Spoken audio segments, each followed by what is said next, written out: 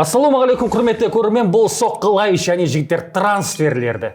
Жазғы трансферлерді талқылаймыз. Соққы арнасында дәстүрге айналған форматтар бар. Соның ішіндегісі ең бір әдемісі осы. Трансферлерді бағалап, 1-ден 10-ға дейін ұпай беріп, жаздың үздік трансферін анықтайын деп жатырмыз. Бұл бірінші бөлімі жігіттер. Біз 10 футболшыны таңдап алдық және 10 футболшыға баға береміз. Баға беретіндер Бексұлтан Кеулинқос, Барселона, Дидар Есемов, Манчестер Юнайтед, Әлімжан Тасболатұлы, Челси футбол клубы және Әлімжан Асқар. Бұл соққылай арнасы осылай трансферлерді біз нешінші рет, бір 6-шы рет түсірейін деп жатырмыз ғой. Кәдімгідей дәстүрге айналған. Жазда бір түсіреміз ғой. Иә, жазда қыста бір 7-8 болып қалады негізі. Фабрицио жыл сайын көрем дейді ғой. Иә. Сондықтан осындай видео ұнаса, сіздер міндетті түрде лайк басып кетіңіздер және комментарий жазыңыздар. Ал осылай видео түсіруге мүмкіндік берген достарымызға рахмет айтамыз. Қазір достарымыз fonteam.kz сайтында керемет акция жасап жатыр. AirPods Pro Max 2 ұтып аласыздар. Дейді екен? 10 адам жеңімпаз болады. Сондықтан міндетті түрде қатысыңыздар. Біз сілтемені бекітіп қойдық. Комментарийге кіріп, тіркеліп, сіздер AirPods Pro Max ұтып алыңыздар. 10 адамда жеңіске жету мүмкіндігі бар, сондықтан міндетті түрде қатысыңыздар. Ал біз бастаймыз, жігіттер. Жігіттер, жазда әлем чемпионат кезінде, әлем чемпионатынан кейін, оған дейін де жақсы трансферлер болды. Біразы назарымыздан қалып қойған сияқты, сондықтан бүгін талқылаймыз. Марк Кукурелияның трансфері бар, мысалы Родри күні кеше ғана хабарланды. Бексұлтан, қуаныштысың ба, жоқ па? Өтті. Дастан Сәтбаевтың трансфері. Бірақ бүгін енді мына 10-қа Дастан Сәтбаевты қосатын болсақ, бәріміз оны бірінші орынға қойып жіберуіміз мүмкін. Керісінше болып қалды. Мүмкін емес, қоямыз. Мысалы, біз Әлеке екеуміз патриоттық Мен соңғы орынға қоятын едім. Не үшін соңғы орынға қоятын едім? Үшін сендер сияқты фанатизмға беріліп кетпеймін да, мен әділ қақ жарып беремін. Дастан Сәтбаевтың Берлиге барып, тәжірибе жинауы мысалы Дастан үшін жақсы. Берли үшін пайда, мен клубтың мүддесін ойлаймын да мен. Өйткені трансфер деген ол клуб жасайтын нәрсе. Берлиде алып отқаннан кейін бір есебі бар болып тұр. Біз әлемдегі үздік трансферлер деп әлемнің қазір біз топ 10 трансферін іріктеп алдық қой қазір. Топ 10 трансферін іріктеп алдық, қазір баға береміз.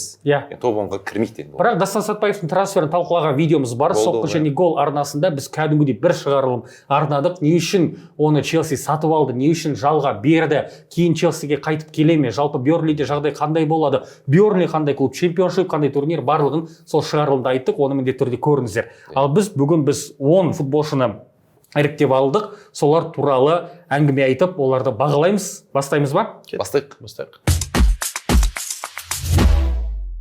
Бірінші футболшымыз Марк Кукурелия, 55 миллион евро. Ол Челсиден Реал Мадридке ауысты. Сол Марк Кукурелияны талқылаудан бастайық. Әлем чемпионат кезінде хабарланды және ұлттық құрамадағы футболшылар оның бұл трансферін білген жоқ. Сол ұлттық құрамадағылар кейін Ла Лигада бірге ойнаймыз, қарсылас боламыз, немесе командалас боламыз деген сияқты. Қарсылас боламыз деген футболшылар көп болды. Және андай бір командалас боламыз, өз-өзімен командалас болды. Реалдан әйтеуір футболшы бар деген сияқты әңгіме айтылды ғой әлем чемпионатында. Бірақ енді ресми протоколға қарайтын болсақ, ол әлем чемпионаты Челсидің ойыншысы болып барды. Челсидің ойыншысы болып барды. 28 жастағы футболшы үшін 55 миллион евро төленді. Әлеке, бұл трансфер сен үшін бір күтпеген трансфер болды ма? Күтпеген трансфер болған жоқ. Себебі Кукурелия, Энсо Фернандес кетіп қалуы мүмкін деген ақпараттар көп тарап жүрді. Кукурелия соның артынан Ситиге кетіп қалуы мүмкін дегендей. Бірақ маған бір таңғалған осы 55 миллион евро. Менің ойымша қазір итпен құс 100 миллионға кетіп отқан кезде Кукурелия сынды енді айта алмаймыз. Әлемдегі үздік сол қапталдағы футболшы. Үздік емес. Бір топ 5-ке кіретін деп айтайықшы. Айтасың ба одан мықты? Нуно Мендеш. Үш рет айтасың ба? Нуно Мендеш. Үшеуін айтасың жоқ, Нуно Мендеш. Сосын үшінші бір Кукурелия, білмеймін. Тағы біреу бар ғой. Люк Шоу. Жоқ, кіріп қалды, топ-ішке дегендер бар. Топ-ішке кірді енді жарайды. 55 миллион мен үшін аз. Жоқ дегенде бір 70-75-ке сатуға болады. Қорғаушыларды ондай бағаға сатпайды. 55 плюс 5 қой. Держи мое пиво деп қазір Пеп Гвардиола осы жерде шығады ғой. 80 миллионға көрсеткізетін. Сосын жасы да 28-ге келген, сол да ең басты фактор деп ойлаймын. Бір 23-24-те болса, онда көбірек. Және трансферге дейін әлем чемпионы емес еді ғой мысалы. Жоқ, ол Еуропа чемпионаты ғой. Жоқ, жаман емес. Кукурелия Челсиға келді. Алғашқы маусым сәтсіз ойнады. Одан кейін керемет ойыннан өсіп, сол ұлттық құрамаға шақыртылды. Бірден Еуро чемпионы болды. Соңғы маусымда Челсидегі әйтеуір бір қап-қара тікелей мағынада емес, ауыспалы мағынадағы бір түнектің ішіндегі жалғыз жарық ойыншылардың бірі болып жүрді ғой. Иә. Тікелей мағынада емес, ауыспалы мағынада. Тікелей мағынада да солай болып жүрді. Енді сөздің шыны керек. Сол үшін айтып жатқаным. Әрине қимаймын. Кукуреллені қимаймын, бірақ Реал Мадрид сынды командаға кеткеніне бұл ойыншыға мен үшін қуанамын, себебі жалпы әрбір футболшының бір арманы Реалда ойнау деген сияқты әңгіме бар ғой. Ол бірақ әрбір футболшы емес шығар, бірақ әрбір испаниялық футболшының бір арманы Реал не Барселонада ойнау деген. Барселона академиясының түлегі. Хетафеде ойнаған, Хетафеден Брайтон келді, Брайтоннан Челсиға, бірақ бұл жерден Кукурелле Мадридте ойнаған уже. Бірден айтып тұр. Мен ол Барселона, Реал дейтін әңгіме емес, менде Кукурелленің осы шашының не үшін ондай екенін, отбасындағы жағдайын осы әлем чемпионатынан кейін көп анықтала бастады. Сол үшін де ол менің басты бірінші критериям, ол ақша емес, ол ойнау емес, сол балама ем жасайтын жер бар ма деген. Мадрид білеміз, ол Испанияның астанасы, өте дамыған қала екен. Сол үшін де баласына да бүкіл жағдай жасалынғаннан кейін де, Реал шақырып тұрғаннан кейін де барлығы бірге қосылып, Марк осы өтіп тұр. Мен Маркқа үлкен жеке өзім былай енді қасында тұрып сөйлескенім де бар, адам ретінде де білем. Үлкен құрметпен қараймын. Сол үшін де Реал Мадридта ол жігіттің мансабы тек қана жоғары өсе берсін деген тілекпен бір Челсиден бір жақсы көңілмен шығарып салдым. Баласында аутизм белгілері бар деп хабарланды, және мен әлем чемпионы деген атағымды баламның сөйлей алуына ойланбастан ауыстырып береді. Әрине әрбір әке үшін одан артық маңызды нәрсе жоқ қой. Сондықтан жалпы Мадридте испаниялық футболшы үшін Ла Лигада ойнау, Реал Мадрид сапында ойнау бір жақсы плюс шығар. Бірақ бүгін трансферлерді қандай критерий бойынша бағалаймыз? Кеткен клубына пайдасы, келген клубына пайдасы, футболшының өзіне пайдасы деген критерийлер бар. Тағы Бексұлтан, сен не қосар едің? Менде бірақ критерий. Келген клубына пайдасы. Бұл жерде басты кеткен клубы сатып кетсеші, мүдделі тұлға, бұл жерде клуб сатып алатын клуб.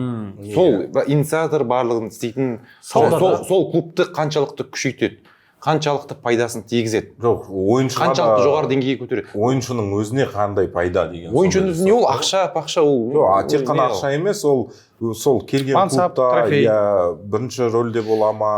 Үшінші, төртінші себеп шығар маған мақұл жарайды. Бірақ бастысы бірнеше критерий бар ғой.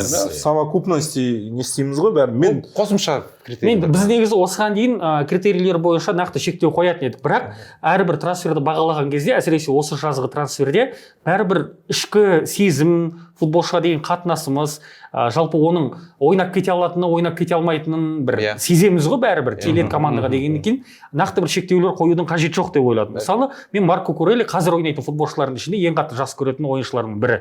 Сол футболшы ретінде, сол қапталдағы ойына және адам ретінде де маған мысалы Марк ұнайды. Сондықтан бұл трансферді мен жоғары бағалаймын. Бексұлтан, сен қалай бағаладың бұл трансфер? Бұл трансферден орташа бағаладым десек болады, өйткені Реал Мадрид сапында сол қапталдағы қорғаныс позициясында Каррерас деген футболшы ойын. Маған ұнайды ол ойыншы. Былтырғы маусымдағы ең сәтті трансферлердің бірі деп ойлаймын. Реал Мадрид сапында болған. Негізі Реал Мадридке ол позицияда емес, басқа позицияларды да күшейту керек болды. Бірақ енді Каррерас бар, сонымен қоса Кукурелле бар. Мен ойымша, егер Кукурелле Каррерастан бәсекеден жеңіліп қалса, мен таңғалмаймын. Яғни қосалқы құрамда қалып қалуы да мүмкін да бұл. Мен таңғалар. Сол үшін қосалқы құрамда қалып қалуы мүмкін ойыншыда мен былай бет жоғары бағалаймын. Бұл жерде бірден былай айтайық. Біріншіден Кукурелле Каррерасқа жеңілмейді, ол факт.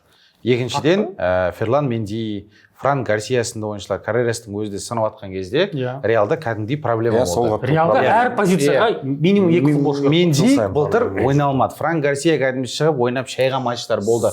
Каррерас жоқ кезде. Сол үшін де Гарсияны шығарып салды, Мендиді құдай қаласа шығарып салады. Қазір Кукурелле мен Менди қалады істеп жүріп ше. Қалса да бір отырады әйтеуір бір жерде, ақыры соңында орын табылмай орталық қорғаушы болып кетеді ол. Көресіңдер. Кез келген топ командада бір позицияға 2 мықты ойыншы болуы керек. Бұл жерде енді Жозе Мауриньо келді ғой, басты фактор Реалға. Ол соның одобрениесімен болған трансферлердің бірі деп ойлаймын, өйткені Мауриньо өз мансабында сондай мықты тәжірибесі бар футболшыларға сеніп қалған бапкер. Сондықтан оған мына Каррерастың әлі мен талантын дамытам, битем, сөйтем демей, оған конкретно осы позицияда АПЛ-де ойнап берген, Чемпиондар лигасында ойнап берген, тәжірибесі зор, еще испан тілді футболшы тіпті жақсы, өте пахар сондай ойыншы болды, соны алып келді. Каррерасқа де бір жағынан жақсы болады деп ойлаймын, өйткені конкуренция бар кезде ол да өзін өткен маусымда безальтернативный бір кездер болып қалды ғой, выбор болып қалған кезде Каррерасте бір шайған матчтары да болды. Жалпы жалпы ол талант, бірақ мен негізі орташа бағаладым. Өйткені меніңше осы біз іріктеп алған топ трансферлердің қатарында ең ортасында бір золотая середина болады ғой. Ровный трансфер Кукурелияның өзіне де жақсы, жалақысын да көтерген сияқты деп ойлаймын. Сондықтан енді Челсиде қатты бір өкпелеген жоқ сияқты, өйткені оларда 55 миллион ол кәдімгідей ақша бәрібір де, қаншама біз трансферлер құнсызданып кетті десек те, бірақ соның өзіне 55 миллион деген ол біраз ақша. Челсиға да нормально, Реалда өзіне керекті футболшыны сатып алды, Кукурелияға да жақсы, бәрі вин-вин ситуация сияқты, бірақ қаншалықты Кукурелия бір X-фактор болып кетеді, Реалды бір басқа деңгейге көтере алады дегенге бұл жерде жауап айту қиын. Кукурелия дайын футболшы болып келе жатыр. Бірінші турдан-ақ алып, сол қапталға негізгі құрамда шығарып қоюға болады. Дайын жақсы актив алып отыр, бағасы жағынан да ыңғайлы. Кукурелияға да жақсы, Испанияда, Ла Лигада, Мадридте көру. Сондықтан Челсидің жанкүйерлері Кукурелияға ақ батасын беріп, жолын ашық болсын деп.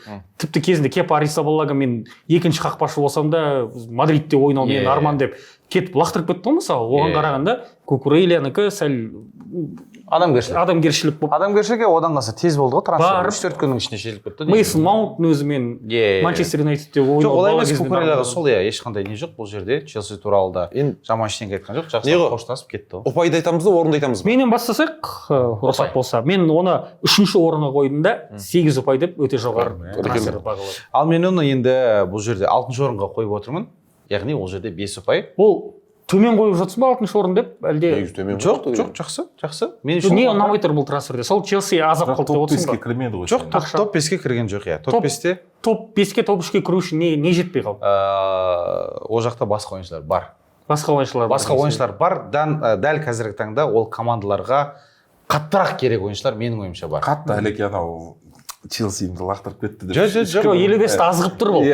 70-75 болса, мен ақшасы жақсы болды, Челси үшін деп қояр едім. Челси бір ақшаға төйтпей қатты бір мұқтаж клуб емес қой енді. Мен Кукурелияға 6 ұпай бердім, 5-ші орын. Менде де тұрсындай. Меніңше өте керемет трансфер, бірақ вау дейтіндей трансфер емес та. Мен бір қуанып қалдым осы трансфер естігенде. Жақсы, шүкір.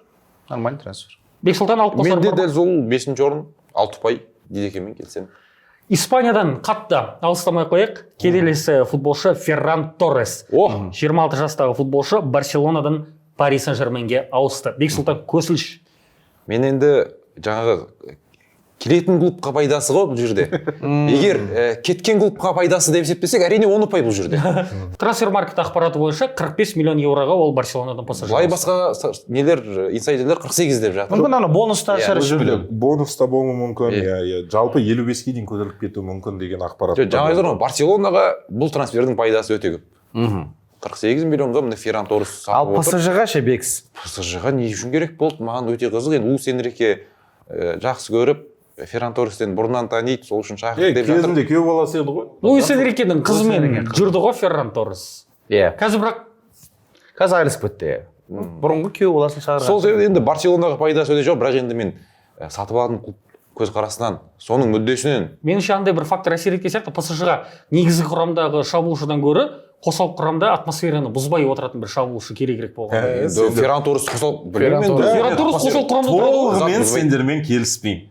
Қазір мен сендер Гонсало Рамостың орнына келіп отырды, қосалқы құрамға өзі келісіп отыр деген сөз ғой. Қосалқы құрам деген факт емес. Ферран Торрес скорее всего бастап құрамда шығады. Ол жерде қазір конкурент еще Аклюш деген бар. Кімнің орнына шығады? Ферран Торрес кімнің орны ме? Ол Ферран Торрестің орны болады ол. Қай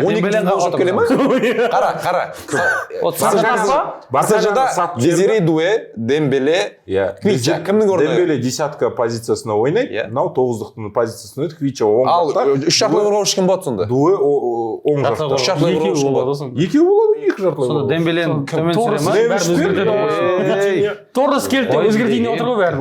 Торрес келді деп бәрі өзгертейін. Өйткені Ферран Торрес ол и жартылай қорғаушы, ол типа ана Бобби Фермино сияқты рөлді атқару. жартылай қорғаушы емес ол. Оны Кім? Дембеле дауда атқарып жүр ғой енді. Ферран Торрес екі ақ позиция ойнайды. Сол қапталдағы вингер, орталық шабуылшы. Сап ойнамайды. Ол Луис Энрикенің қол астында всегда ложный девятка ойнайтын. Оған именно сондай функциясы керек ойыншы қажет болды. Мысалы, оларда страйкерді алды мен Аклюш. Аклюш білмеймін қаншалықты өзін аша алатынын, бірақ меніңше бәрібір именно сол 9-дықтың позициясында Ферран Торрес конкуренцияны жеңіп алады. Сосын бағасын қарасаңдар, 45 миллион евро. Вот бағана мынау защитник үшін 55 миллион жылап отыр.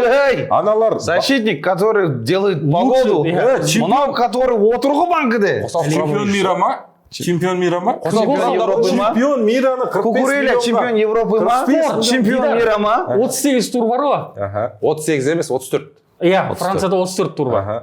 Қанша гол деп отырсың сен? Қанша ойында негізгі құрамда шығады деп отырсың? Кемінде жартысында негізі. Оны негізгі құрамда футболшы емес қой, жартысында деген. Жоқ, енді Луис Энрике ротация. Негізгі құрамда футболшы болу үшін бір 28-інде шығу керек. Негізі құрам ол. Қазір Дуэ, Дембеле, Кварацхелия тұрғанда ПСЖ-да былай есептейсің. Чемпиондар лигасының плей-офф кезеңі бар ғой. Плей-офф кезеңінде қанша 50%-дан артық негізі құрамда шыға ма, 50%-дан төмен негізі құрамда шыға ма? Дұрыс айтасың, чемпионатпен есептей алмаймыз. Жарақат болмаса Ферран Торрес шығып тұрады. Кем қосалқы құрамынан 30 минутқа шығады, бастапқы құрамынан 60 минутқа шығады. Бірақ өз уақытын Мен көзқарасым бойынша таза. Рамуш Миланға кетті 70 миллионға. Соның орнына Ферран Торресті алды. Рамуштың орнына Аклюшты алды. Аклюшты ол өте рөлі де ұқсас, несі де ұқсас. Бопты, жарайды. Ферран Торрес шықсын жаңағы, үйтсін, бүйтсін, Дембеле қапталға кетсін. Мика Готстқа қатығамыз онда. Аякстан келген. келген. Ол қапталда ойнайтын футболшы. Қапталда ойыншы, оған да орын тауып беруге қол. Қазір Дембеле кетеді, болды Дембеле. Дембеле қаққа кетеді, кім алмайды? Ой, Дембеле деппін ғой. Баркаля да кетпейін деп жатыр ол. Баркаля кеткісі келмейді, бірақ сатамыз деп Ливерпуль алмаймыз. Баркаляның орнына Амбаен сатады олар. Дұрыс айтады дейді. Баян Ферран сатады. Торрес өз орнына бара жатыр. Скамейкада отырады өз орнында. Сөйтіп әлем чемпионаты сияқты шығып қолын соғады. Өзінің атасы жамандап отқан адам. 45 миллионға подарка. Дидар. Біз қаншама Ферран Торреске күлсек те, күлмесек те, өткен маусымда Барселона 16 гол Ла Лигада. Жоқ, 45 миллионнан қымбатырақ ешкім алмайды ғой бірақ. Тура өзінің бағасын алып отыр ғой пасаж. Жоқ, 45 миллионға? Жоқ, мысалы 55 миллионға кім алады оны? Оны кезінде 50 миллионға бір сатып, бір 50 миллионға бір қайтарып алған, так что Көп адам сенді ғой. Сенімді енді ақтап келе жатқан кезде Жоқ, жаман емес. Адам мен ойлаймын, бұл Барселона үшін потеря. Если Барселона қазір топ страйкер потеря емес, бұл жерде Барселона үшін бұл той. Кім ойнайды қазір орталық шабуылшы? Ой, келеді трансфер әлі біткен жоқ. Ламин Вот кемей қалса шал. Кемей қалса Рафиня қиын емес. Ламин ойнатып жатыр қазір. Әшейін көріп. Жоқ, ол әшейін көріп жатыр. Олар по-любому қазір Икарди деді, сосын Дьокериш деген слухтар шығып Лаутаро. Ой, Икарди деп Лаутаро, я соны шатастырып жатырмын. Сондай слухтар жүріп жатыр, ондай топ страйкер келсе базар жоқ. Бірақ онда Барселонада бәрібір екінші номер болмай қалады. Бекс бір зор шабуылшы бар, Тараннова типа. 50 миллионға. Тараннова типа. Өзі сияқты қап-қара дейсің ба? Жоқ, қап-қара емес, сары. Басын делаттай басын. Жоқ, анау жақсы. Барселона Холланд деп жатыр ғой қазір. Қойыңдар.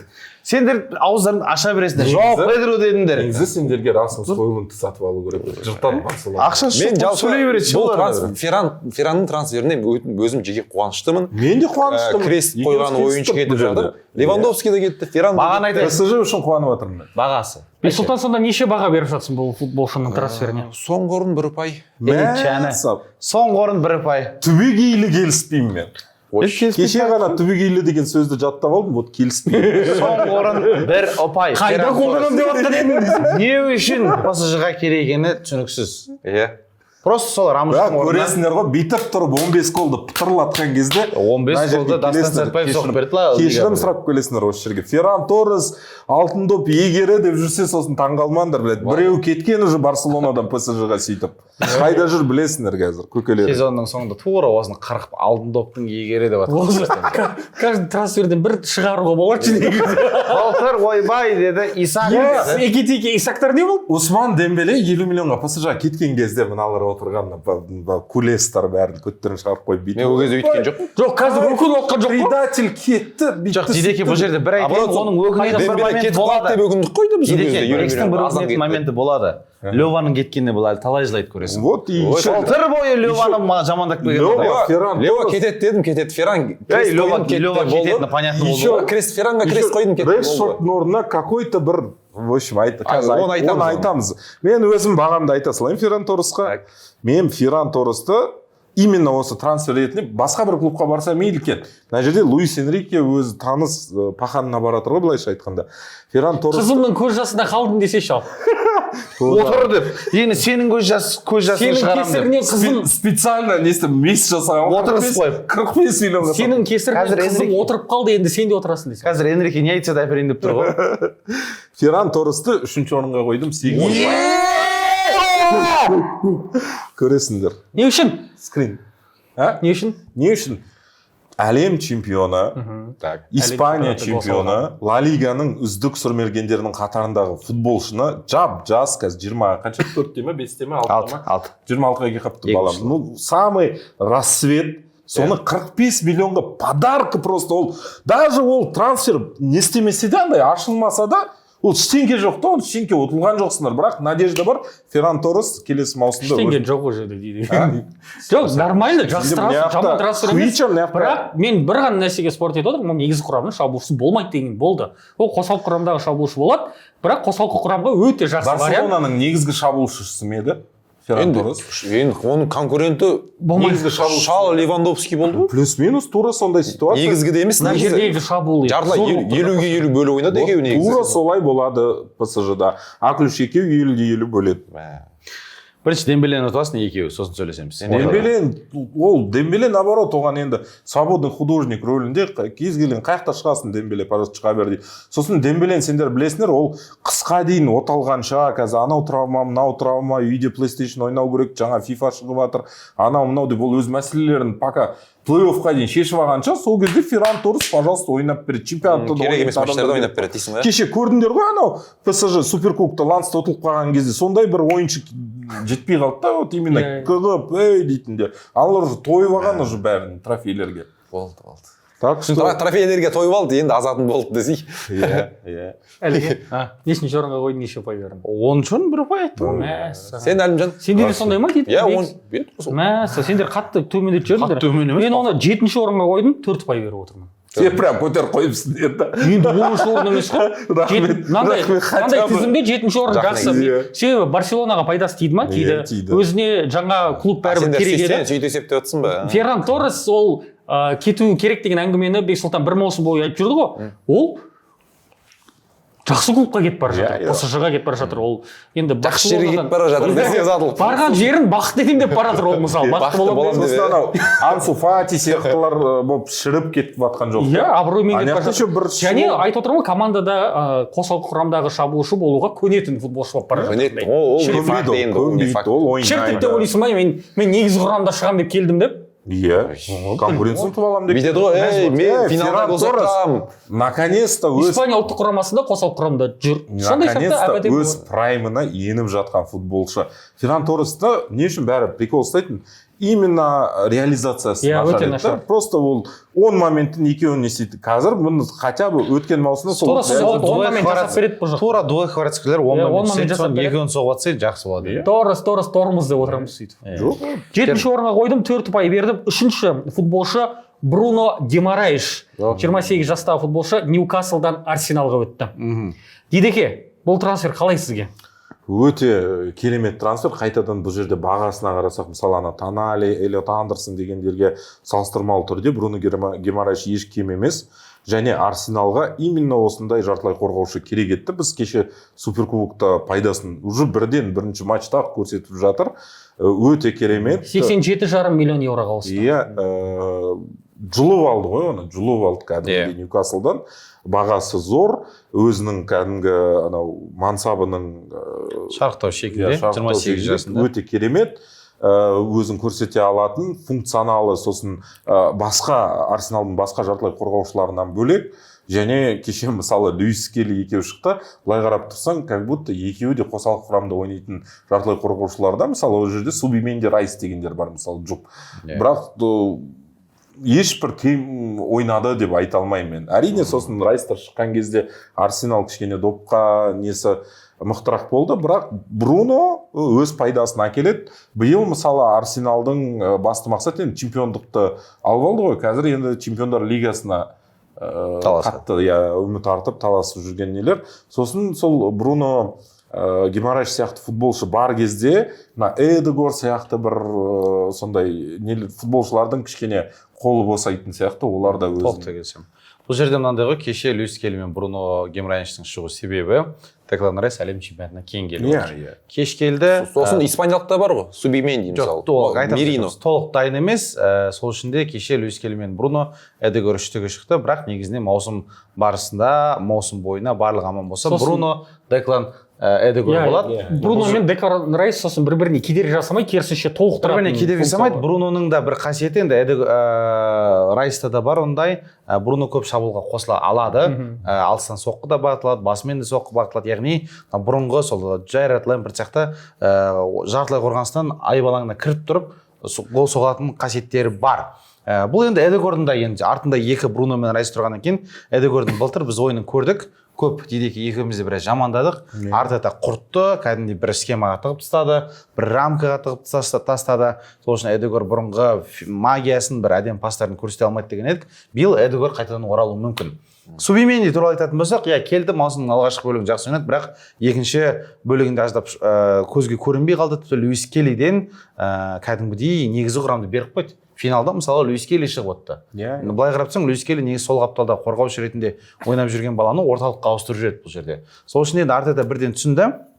Субименди әлі толығымен мүмкін бір маусым ойнап беруге дайын емес шығар. Сол үшін де Бруно Гимарайш керек дегендей, және алған бағасы да өте керемет. Одан қалса бұл жігіттің де Бразилия ұлттық құрамасында тәжірибесі бар. Ньюкаслда қанша жылдар бойы жүреді. Әлем чемпионатында Мессиден кейін ең үздік ассистент. Ең басты плюсын айтайын ба? Ағылшын премьер лигасынан Ағылшын премьер лигасына өтті, одан қалса чемпиондар лигасында да ойнаған. Ньюкаслды чемпиондар лигасына шығарған ойыншылардың негізгі шығарған ойыншылардың бірі бұл.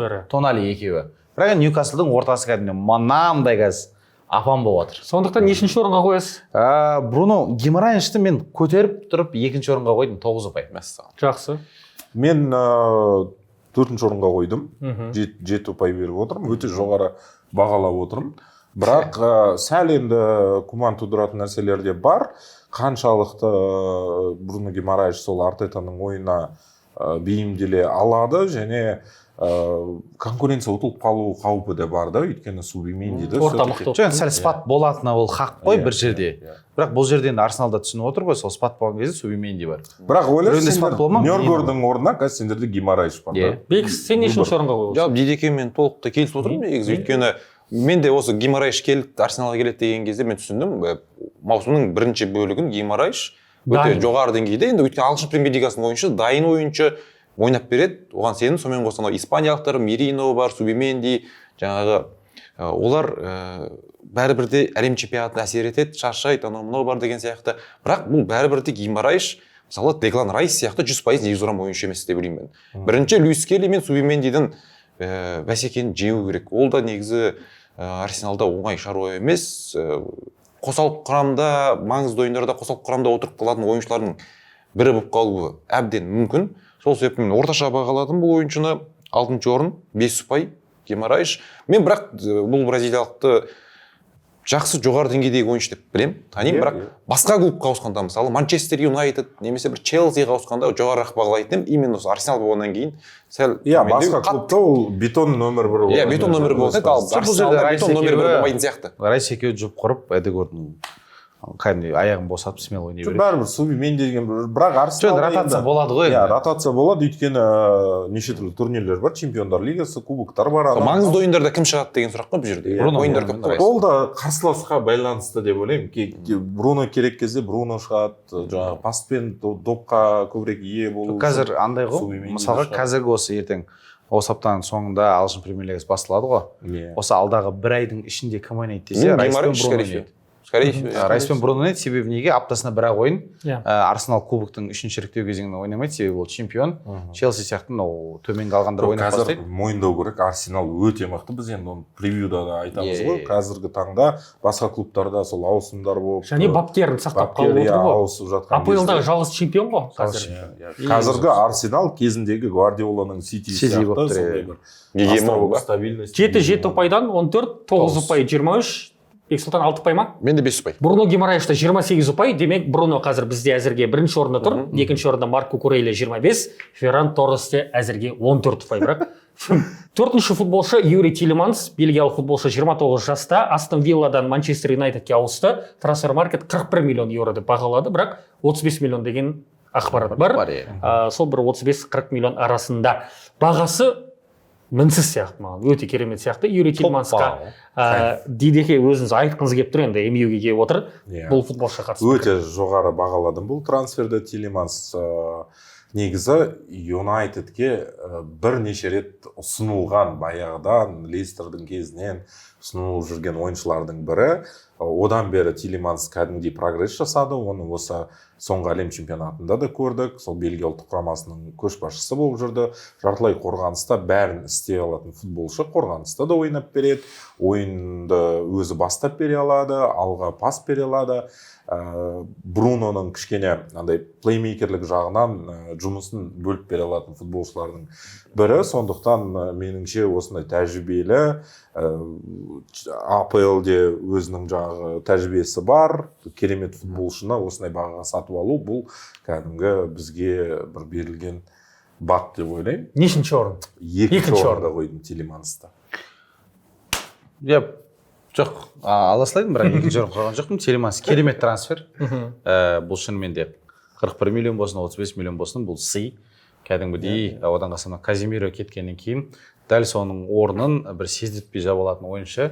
Бұл алыстан да соққы бар бағытта. Осы деңгейде неше жыл ойнап бере алады? Тағы бір 3 жыл минимум ойнайды. 5 жыл енді қиындау. Себебі Манчестер сияқты командалар білеміз, кез келген сәтте мынау Гимараешті, Тонали сияқты мықты бір ойыншылар өсіп жатса, соларды алып орнына қойылады. Одан қалса енді одан бөлекті Андрей Сантос та келді. Андрей де мысалы қатты өсіп кетіп жатса, Тилемансты отырыс қою мүмкін қосалқы құрамға. Мен ойлаймын, бәрі соны айтып жатыр да, қанша жыл ойнап бере алады анау. Негізі горизонт планирования максимум 4-5 жыл болу керек деп ойлаймын. Өйткені сен даже 20 жастағы футболшыны сатып аласың да, бірақ ол саған міндетті түрде сенің клубында 15 жыл 9 жыл деген контракт естігенсіз ма мысалы сен? Ондайлар бар. Жоқ, бір кезінде маған өткенде әріптесіміз Дидар Қадыров жібереді де бір картинка, прикол ұстаймыз бірімізге, ол Арсенал фанаты, мен МЮ. Маған МЮ-дің болашағы зор деген баяғыда 16 бір бала жазған ғой Твиттерде. Марсиаль, жаңағы Решфорд, Гринвуд, бәрі солар жүрген, олар қазір типа мына МЮ-дің болашағы деп сөйтіп жіберіп жатқан неде, олар қазір ешқайсысы Люкшоуда бар шығарсың. Дидар біздің енді әріптесіміз, барлығымыз білеміз, сыйлаймыз, жақсы көреміз, бірақ бір 2 жыл болды да қатты дауыс жарқын шығып жүрді ол жігіттің. Арсеналдың фанатының ше, маған да приколдар жіберіп қояды арасында. Бірақ енді көреміз Дидар десең де. Мен анау сендер айтып жатқандарыңа просто соны келтіріп отырмын да, типа сен қаншама оны пландай бер, не істей бер, бірақ на деле қалай болатын, сен 19 жастағы футболшыны сатып аласың ба, 30 жастағы футболшы сатып аласың ба, ол дәл қазір саған нәтиже алып келмесе. Осы 2 маусым, 3 маусым, пожалуйста. Осы позициядағы үздік ойыншылардың бірі. Ол Астон Вилламен де сол қайтадан айтамыз, чемпиондар лигасына шығарған ойыншылардың негізгі Бельгия ұлттық құрамасында да тәжірибесі бар, капитан болып та тәжірибесі бар ол жігіттің. Манчестер Юнайтедке келіп, ол бір раздевалкада бір абыройдан дірілдеп қалып, Олд Траффордтың аурасынан қысылып қалатын адам емес ол ше. Ол кәдімгідей еркек болған, сүйегі қатқан, ей деп керісінше, жігіттер давай тұрыңдар деп жігерлендіретін жігіт. Бельгияда мысалы Красный Диабло ғой? Бұлар да Красный Диабло. Сол үшін де Тилеманстың трансферінде мен де жоғары бағалаймын, бірақ енді 2-ші орынға қойған жоқпын. Нешінші орынға? 5-ші орын 6 ұпай деп отыр. 6 ұпай, 5-ші орын. Просто мен бұл жерде енді баға жағынан да қатты не істеп отырмын да, салыстырмалы түрде. Мысалы Эллиот Андерсон бар да, 130 миллион евроға алынған. Сосын жаңа Гимараешті мысалы. Ақша қолдың кірі ғой, мен ақшамен есептеткен жоқпын. Мысалы Эллиот Андерсон ше осы маусымда мысалы чемпиондар лигасына берсе Эллиот Андерсон 25 миллион қалса чемпиондар лигасын жеңсе Эллиот Андерсон арқасында, ол 125 миллион тура сол уақытта ақталады. Бірақ енді Тилеманс жеңіп берсе чемпиондар лигасын 35 миллион, онда вообще ол да жақсы бағаланады. Ол қаншалықты? Мынау да ақталады да, бірақ. Что ол не ақша деген? Негізі ол ақша жағы бір жағын Бексұлтанмен келсем, ол жаңағы бағасы бар, сосын ол налоговый нагрузкасы бар ғой. 10 мың теңге берші, қолдың кірі ғой. Қолың таза болсын. Жарайды ма? Жоқ, қолдың кірі емес, ақша берші. Қолдың кірі. Солай.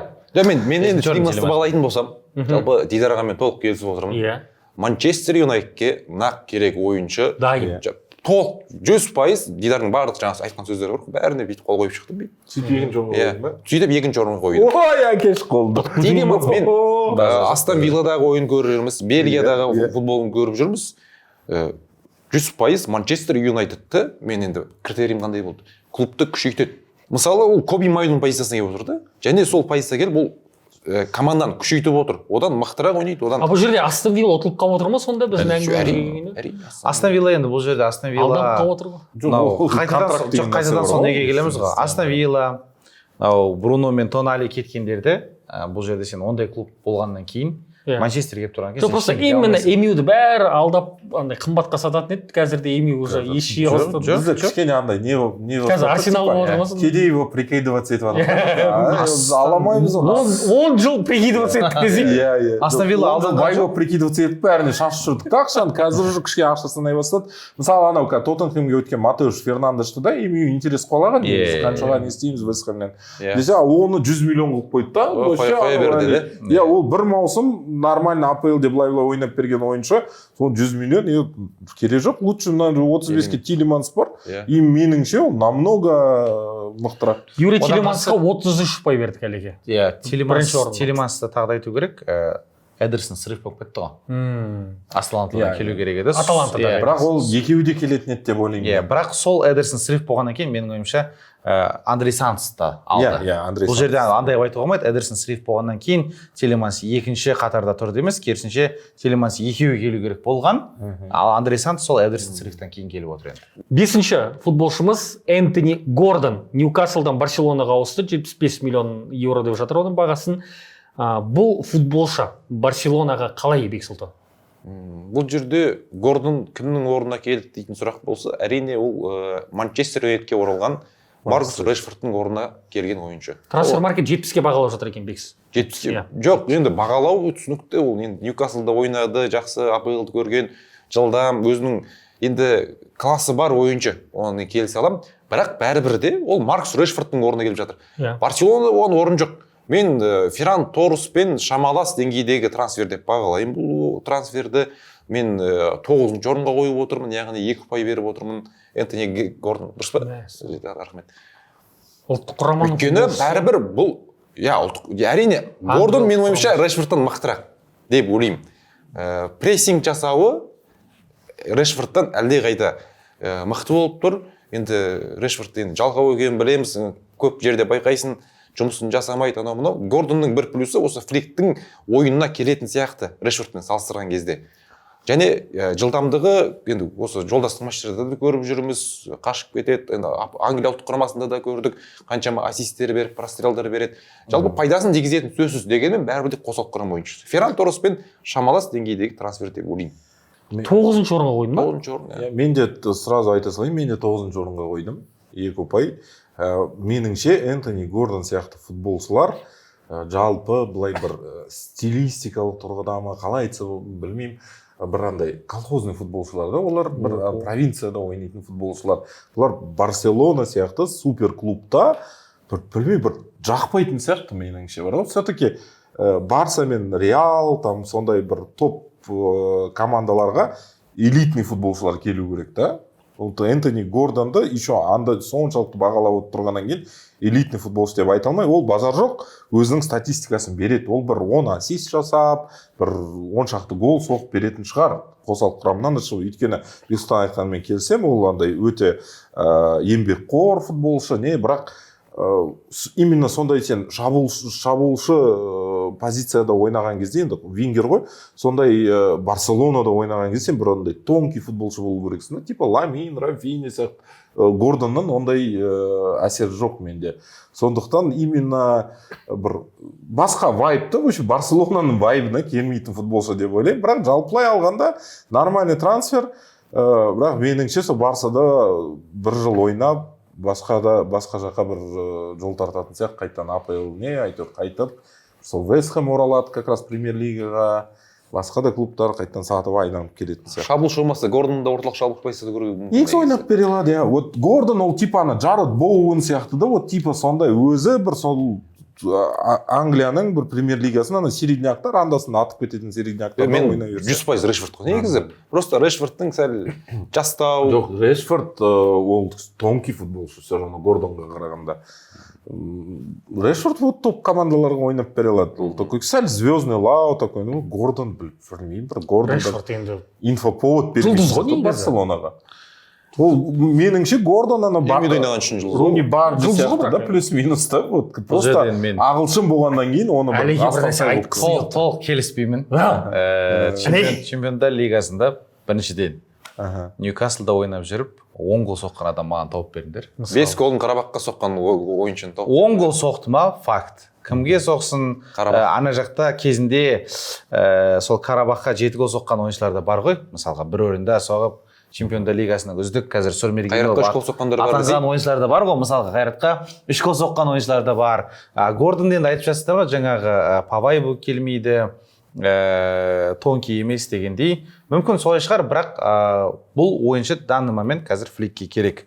Ол тонкий болсын, тонкий болмасын, толстой болсын, жылдамдығы бар, шабуылдағы IQ бар, одан қасы орталық шабуылшы ретінде ойнап береді. Иә, түсінікті. Дәл қазір қараған кезде қапталда Ламин мен Рафиниядан орынды тартып алады. Гордон осы негізгі құрамның ойыншысы деп айтуға ауыз бармайды. Бірақ бұл ойыншының мысалға Ламинді былтыр біз 10-дық рөлінде де көрдік. Сол кезде қапталда мысалға Баржилер шығып жүрген кезде де тіпті кім Фермин шығып жүрді мысалға. Оған қараған кезде Гордонның дәл шабуылдағы IQ-і, шабуылдағы фликке беретін вариациясы, жаңағы өзінің арсеналдары көбірек. Әлеке сосын әлем чемпионатында қосайық та? Иә. Сенімді негізгі құрамдағы футболшы болып ойнап. 8 негізгі құрамда ойнады, сол ішінде 80 миллион, енді айтып отық қой. 70 миллион. 70 миллион жарайды. Жаман емес. Оверпрайс ол ағылшын болғаннан кейін. Жоқ, ағылшын болғаннан кейін ол қазір айтамыз, Морган Роджерс ол оверпрайс. Гардиньо болса бір какой-нибудь или там Гордон Штат деген бір болса. Гардиньо болсын, Гордон Штат болсын, Англия ұлттық құрамасында ойнаса. Иә. Бағасы осындай. Бұл жерде енді Әлеке нешінші орын? Мен 4-ші орын қоятын жерім. 4-ші орын. Менде 5-ші орын. Қосалқы құрамда отыратын ойыншы. Жоқ, қосалқы құрамда отырмайды. Бекс, сендерде шабуылшы жоқ қой қазір. Мен білемін. Гордон әр матчта ойынға шығады. Бірақ қосалқы құрамнан шығады. Ондай емес. Хорошо, сен шабуылшы ретінде кімді көріп отырсың қазір? Даже Фермин, Рафиня болады бәрібір. Даже трансфер кім болады, айтшы. Хорошо, шабуылшы доступный. Қазір барлығы міне деп. 2 апта бар ғой? Тау болады. 2 апта бар. Барлығы міне деп, мысалға сезонға кіруге дайын тұр. Холланд жауап берді айтқандарың, ол арман сендер үшін. Скауттар жұмыс істеп жатыр. Скаут кім, айтшы, кім? Білмеймін мен олардың списогін білмеймін. Списогін білмегенде сен элитный ойыншы ала алмайсың ғой қазір. Элитный ойыншы ала алмағаннан кейін орталық шабуылшы алмайды деп ойлайсың ба Барселона? Орталық шабуылшы алады, бірақ ол элитный. Холланд сияқты тізімде болмайды ол. Руни Баржи сияқты біреу болады. 9 сатып алып Баржи сен қоя алмайсың ғой мысалға. Руни Баржи сынып қалды, иә. Жоқ, условно мысалға сен ол болады да, ол бір щегол болады 20-24 жастағы. Окей, там бір Италияда бір 10 голын соққан, условно бір Скамакка, Самарич сияқты біреу болады. Условно айтып жатырмын мен. И ол Барселонаға келе салып бірден негізгі құрам болмайды. Сол кезде көресің ғой. Кім болады? Кім? Лаутаролар қинау. Ай, қинау. Альварес алатын болса соққа шейін алып бір сезонға өтпей қоятын. Не істеп жатса, может өтіп Энтони Гордонға мен 6 ұпай бердім. Әлеке? Менде 7 ұпай, 4-ші орын. 7 ұпай, Дидеке 2 ұпай, және Бексұлтан 2 ұпайдан бердіңдер. Сонда 17 ұпай болып тұр Энтони Гордонда. Келесі трансфер өте бір талқылауға қызық трансфер болып тұр. Себебі бұл Ян Диоманде деген футболшы. Талантты ойыншы, сөзсіз 100%.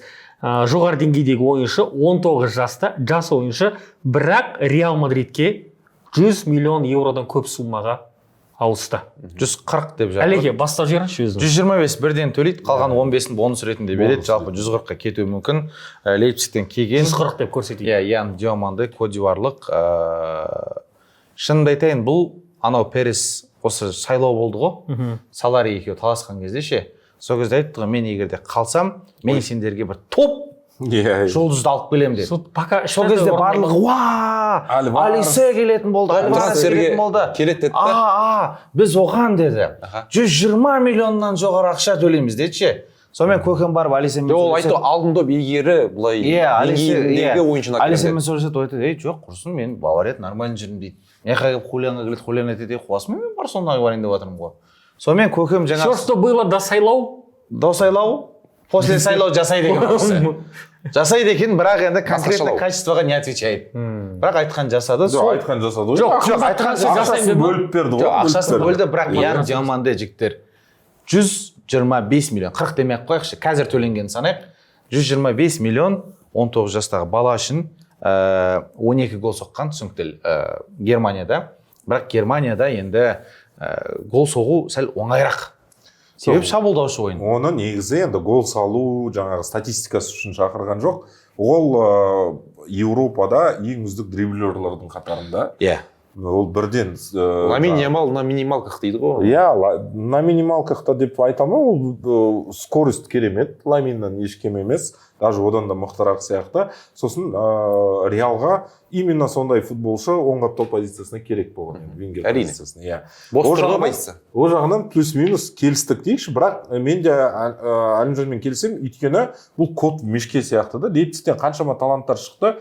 Мысалы сол Вернер сияқтылар шығып жатыр. Наби Кейтаның өзі де көрдік қой. Кейта, Апенда жүр анау Ювентусте ешкім хат несемер. Сондай ол Лейпцигтің жаңағы системасында мүмкін солай көрсетіліп, жалпы Бундеслигада солай болады, басқа клубта ашыла ма, ашылмай ма, ол да түсініксіз. Сосын енді фактически бір жарым маусымды профдеңгейде ойнап берген ойыншы. Ол Левантеде 10 ойын атқарды, сосын бір маусым Лейпцигте ойнап берді.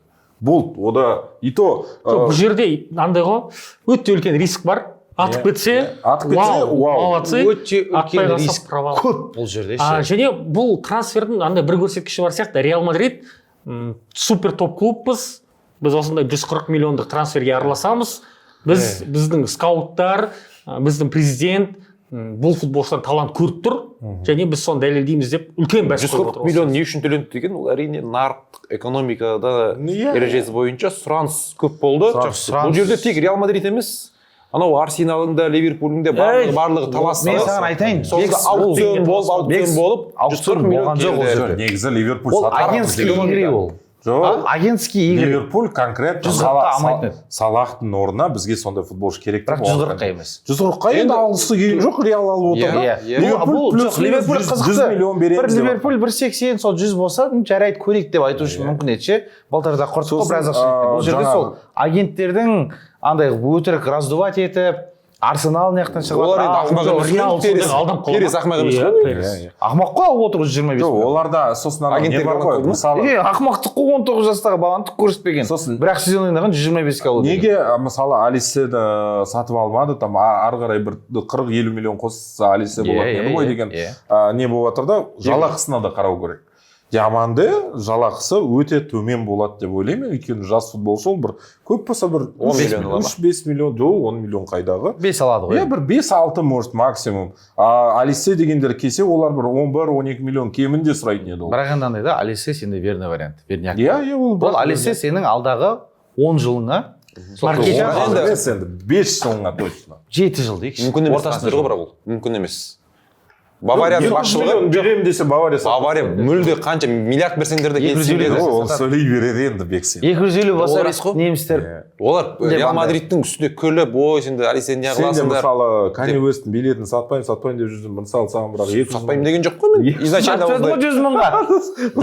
Амал жоқ енді перенос болғаннан кейін. Жоқ, шынымен Диомандыны қандай ғой. Специально солай. Бұл жерде 10 қапталға алып отыр да, түсінікті. Родригоның қазір тізе байламдарын үзіп алды. Бір маусымның ортасына шейін қатарға қосылмайды. Мастантуоно бар еді, оны бірден жалға жіберіп жіберді Фиорентинаға. Сөйтті дағаны осы орынға енді осы жігітті алып. Арда Гүлер және Диаманде деген осы Диаманде көреміз енді қаншалықты болатын. Әрине жақсы болып кетсін. Арда Гүлеріне трансферін осы біз талқылаған кезде қатты шу болды ғой. Біріміз 10-шы орынға қойып, біріміз 1-ші орынға қойып, осы түсініксіз трансфер жасап. Жоқ, Арда Гүлерді полузащитник қылады деп ойлаймын мен Мауриньо ал кішкене үйретеді футбол. Сонда Әлеке сіз нешінші орынға қойып отырсыз Ян Диамандені? Ян Диамандені мен 9-шы орынға қоятын. Бағасы үшін. Жоқ, бағасы үшін ол бірінші, сосын бір маусым ойнаған жігітке 125 миллион төлеу, ол мен үшін көп.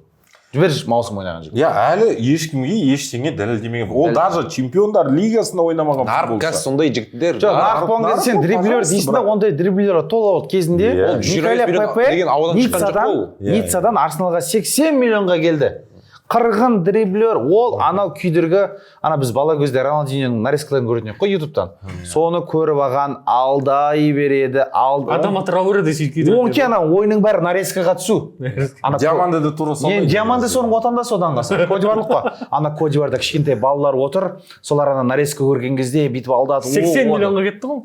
Бірақ кішкене өзін бір сабырлы сақтап, именно пахать етем деп келсе, Диаманде ашылуы мүмкін. Өйткені енді мойындау керек, ол да оңай жерден шыққан жоқ бала, ол қиыншылықты көрген бала, сондықтан ол өзде бір несінде айтқан, мен кәдімгі анай пластмассовый сандалиямен футбол ойнайтын бала, мен бірінші бутсымды алған кезде мен сонымен құшақтап. Бірақ оны шатастырмауымыз керек, трансфердің бағасы футболшыға қатысы жоқ қой енді. Ол трансфердің бағасы қатысы жоқ, ол енді сәттілік деймін, бірақ менде де. Қалай футболшы күйді? Не үшін 110 миллион берген басқа клуб болды. Сол үшін 25 миллион болды, нарық бұл жерде аукцион. Ал Диаманде болса 10 қапталдағы позицияға келіп отырды. 10 қапталдағы вингер Реал Мадридтің дәл қазіргі ең проблемный позициясы. 3-ші орын Бексұлтан? 3-ші орын, 8 Диаманде қойын Бексұлтан 140. Ақша дей бермеңдерші маған деймін. Қымбат дегеніз. Реал Мадридке 25 миллион деген не ол? Роджерсті бұл 10-ші орынға қойып тұр ғыше. Нарық. Болмайындар. Мен сондай рынок раздутый. Отзеркалил бит. Менікі 8-ші орында Шупай. Кейде кейін футбол түсінеміз. Өйткені менде күмән бар, сосын басты себеп бұл жерде басқа да ақша жарайды, ақшасы былай тұрсын. Жозе Мауриньо көкемнің осындай 19 жастар балаларды өлтіретін. Олардан именно сосын показательный өлтіретіндер бар еді ғой. Жоқ, одан қасым мынандай бар да. Айтады, ол алдайды, ететпе Жозе айтады. Қыздырмайды. Қорғанысқа қайтасың. Қайтасың, трендтің артын жабасың дейді. Жалпы Жозе Мауриньо оның позициясын алып тастауы мүмкін алаңнан просто. Типа ондай оң қаптал вингер деген болмайды, просто 4-4-2-мен ойнайды да, оң қапталда Арда Гүлер полузащитник. Қаптал жоқ прикинь? Қаптал жоқ. Қаптал бар бірақ. Тренд жоқ, Гүлер жоқ. Біз 9 ойыншымен ойнаймыз дейді. Оң жақтағы 2 ойыншы жоқ дейді. Бірдей бар. Так, 3-1 деген тактикамен ойнаймыз. Ал не істейсің ал дейді. Айтады көкем. Перес сандайды ғой Мауриньоға, жынсың ба дейді ғой. Перес айтады көке, сіз мен аған кезде не дедіңіз? Тазала дедің. Қалай демейді ау деймін? Фло. Тазала дедің, тазала дедің. Я тебе слово дал, забираю обратно дейді ғой. Забираешь обратно болса, онда отступной бит санай сал, и мен қайта беремін. Басқа Мауриньо отступнойда өте көп ақша істейді. Бап керек ғой. Айттым осы футболшыға табас көп болады деп. Мен бұл футболшыны 6-шы орынға қойып отырмын. 5 ұпай. Сонда ұпайларды бір санап жіберсек. Диаманде. Ян Диамандеге мен 5 ұпай бердім. Әлеке 2 ұпай, Дидеке 3 ұпай, Бексұлтан 8 ұпай. Не деген? Сонда бәріміз көретініміз бір футбол. Базарға бәріміз бірге барамыз. Алатынымыз өз қарастарымыз әртүрлі. Біреуміз миллениал, біреуміз зумерміз. Сонысымен қызық емес па? Жастарға сеніп отыр. Енді бір альфаны көсек, поколениені ше, табу керек болады сондайды. Альфаларына милфа кеп жүрмендер, құдай өр. 18 ұпай болды. Сандро Тонали, 7-ші футболшымыз. 26 жастағы футболшы Ньюкаслдан Тоттенхэмге кетті. 100 миллиондай ақша жұмсалды. Қалай ғана бұл футболшы 100 миллионға бағаланып кетті? Осыны түсіндіріп беретін Әлеке Тасболатұлы бар ма? Негізі 100 миллионға бағаланатындай ойыншы енді қазіргі нарыққа қарайтын болсақ. 8 миллион евро. Бірақ енді Тоттенхэм андай ғой. Тоттенхэм өткен маусымда ағылшын премьер-лигасына ұшып кетуге жақын қалды. Тоттенхэмнің ортасында 2 маусым бойы сөйтіп. Сар деген, Бергваль деген бауырларымыз ойнап жүрді кәдімгідей. Сөйтіп парашютный бөлінді. жоқ, парашютный бөлінгеннен кейін бірақ ойбай жалпы деді. владелецтерден бөлінді да, ол Дір етті дағыны бізге ортаға порядке жақсы ойыншылар алу керек дейді. Барады Сандораға барады, Ньюкасл таратты. Так, давай бір 110 бере салшы деп айтады ше. мына жерде бұлар тұрады да. 90 беріп тұр дейді да. Бұлар тұрады да. Давай чуть-чуть түсірші брат дейді. 108 соммен жұлып әкете саған. Жоқ, Тонали ойыншы ретінде мықты ойыншы. Түсінікті, Тоттенхемге көмектеседі. Бірақ мен Тоналидің Тоттенхемге кеткеніне жылаймын кәдімгідей. Бұндай ойыншы Тоттенхем емес, бұдан мықты командада ойнау керек. Мықты командада ойнай алатын әл-ауқаты да бар бұның ше. Тоттенхемде барып Тоналидің шіріп жүргенін мен осы Миланның кезінде бұл жігіт танитын едім.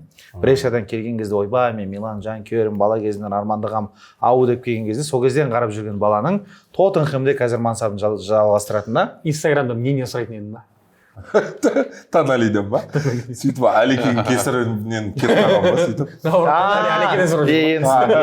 Ол менен сұрайтын Қазақстан туралы. Не бар, брат, айтса, қызықтар болса. Қазақстан жақсы екен деп айтты. Қазақстанға қойса кетпейтін еді банға ол. Кетпейтін бе еді? Любой матчқа желтый 4,5 больше деген мнение бересің. Сонымен, короче, орын. Орын 3 ұпай ғой, короче. Нешінші орын сонда? 7-ші орын ғой? 8-ші орын. 3 ұпай, 8-ші орын. Дейдіке, сіз нешінші орынға қойдыңыз? Мен 7-ші орынға қойдым, бірақ 7-ші орынға қойған себебім просто одан жоғары болған футболшыларды сәл кішкене, сол трансферлерді сәл кішкене көбірек бағалаймын да, әйтпесе Тоналидің трансфері өте жақсы деп ойлаймын мен. Бексұлтанмен бұл жағынан келсем, бұл жерде ақшаға да қатты бір мән бермеу керек. Енді Ньюкасл одан керек кезде келіс, керек емес кезде келіс. Раға деген. Жоқ, андай ғой, бұл жерде енді ол действительно сондай баға тұрады. Тонали мен үшін өте, во-первых, көп 108 миллион евро деген. Диомандеге 125 беріп отыр ғой. Ол да көп деп отыр ма? Сен бағана Гордон үшін түкірік шашыратып, какой-то Гордон, мынау Ньюкаслдың ойынын жасап беріп жатқан Гордон емес, осы футболшы. Мен Юрий Тилемансты ғана мақтадым, мен арзан кетті, молодец деп. Көп қой, Сандро Тонали. Бұрынғы заман адамдары, кезінде бұл 45 теңге тұрған еді ғой деп сондай. Қазір ондай емес. 45 теңге алдық. Қазір 220 теңге тұрады бұл Заманда мамаға айтын Тоналиді әперішті. 80 тұру, 220 теңге тұрады. Бір афермеді о Тоналиді. Сендер сен қалқпаңыздар заманнан ше. Кезінде Тонали 64 миллион өткен Ньюкаслға. Во-первых, ол Тоттенхем не үшін ауысып жатыр? Тоттенхем оны бір мессия ретінде көріп жатыр ғой. Бізді өзгертіп топ клубқа. Өйткені ояқта Дедзерби, италиялық Дедзерби өзін сол сенің айналаңда досым, қазір мен битемді артынан Фернандешті қойып берем, сен, пожалуйста, маған ойнап бер, ойын жүйесін не істеп. Өте көп сенім артылып жатыр Тоналиге. Ол ойынды түбегейлі өзгерту керек, Тоттенхемді қайттан топ 6-ға көтеру керек деген сияқты. Ол не үшін Тоттенхемге ол футболшы ретінде ауысып жатқаны, оған Тоттенхем келмейді маған, және Тоттенхемге Сандро Тонали келмейді деген ойым бар, мен пікірім бар, сондықтан оны мен 10-шы орынға қойдым. Все-таки құрт жерін ғой мен 10-шы орынға деген. 10-шы орын деп жатыр. 10-шы орын демейсіңдер ма не? 10-шы орын. Все-таки оның жаңа топ клубқа өтпеген себебі жаңа сәл сол токсичный кейс бар ғой. Енді әрине. Бұл жерде бір айта кететінім Мейсон Гринвуд деген біздің бауырымыз бар да. Ол мысалы топ ойыншы да, бірақ бейшара Фенербахче кетті қазір. Гринвудтың, мен саған айтайын, осы Тоттенхемді келіп жасындай жарқылдатып. Гринвудты Реалға алса бар ғой, диаманды айырылатын еді, бірақ өкінішке қарай. Тонали нормально, бірақ енді сәл қаттылау бағын. Енді мен Тоттенхемге кетпеу керек еді бұл. Мен торговать етсем 80 миллионға давай сатыңдар. Сіз торговать етсең спормен тегін алатын едіңіз. Бірақ білесіздер, жақтан айтыр. Давай анаған спорт етеміз, мынаған спорт етеміз деп жүр. Сөйтсе 200 мың шығып кеткен ба? Спорттың бәрін ұтылып па? Ондай да болды. Нешінші орын сонда жетекесіз? 7-ші орын 4 ұпай.